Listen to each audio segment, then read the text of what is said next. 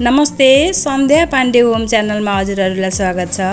आज म हजुरहरूमा घरमै सजिलो तरिकामा बनाउन सक्ने नरम डुनटको रेसिपी लिएर आएकी छु। डुनट बनाउन चाहिने सामग्रीहरूबाट भिडियो सुरु गरौँ है त।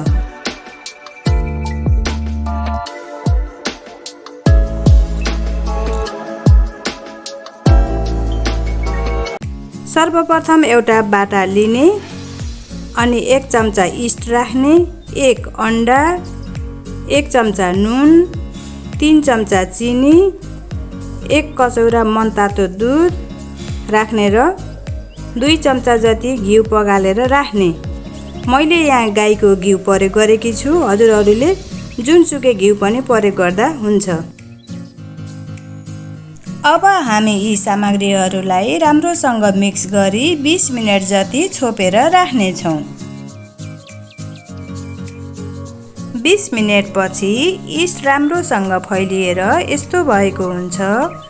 अब हामी यसमा आधा केजी जति मैदा मिसाई केही बेर मान्ने छौँ।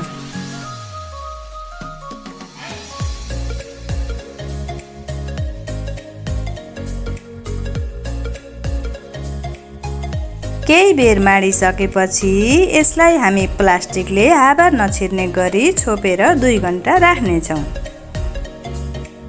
2 घण्टा पछि हाम्रो पिठो फुल्लिएर दोब्बर साइजको भएको हुन्छ।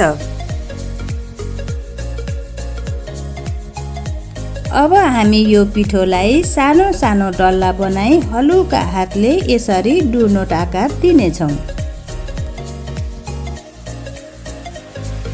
डुनट राख्नको लागि प्लेटमा तेल लगाई तयार गरेका छौँ। यसै गरी हामी सबै पिठोलाई डुनट आकार दिई प्लेटमा राख्छौँ।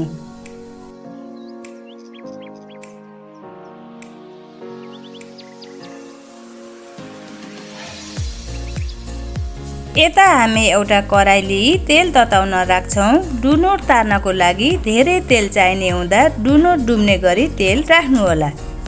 तेल तातिसकेपछि हामी यसरी डुनटलाई तेलमा तार्नेछौँ।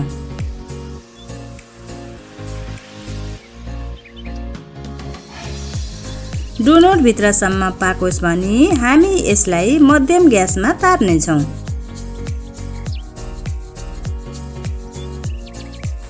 यतिको रातो भइसकेपछि हामी यसलाई फर्काई केही बेर पकाई निकाल्छौँ।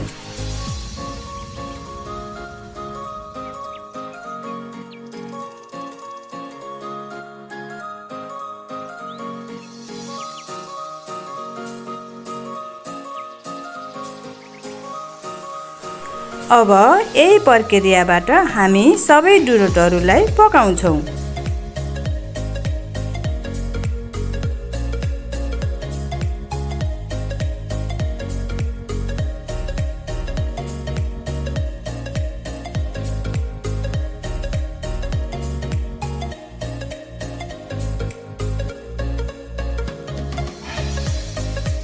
हेर्नु त साथीहरू, हाम्रो सबै डुनटहरू पाकेर तयार भइसकेका छन्।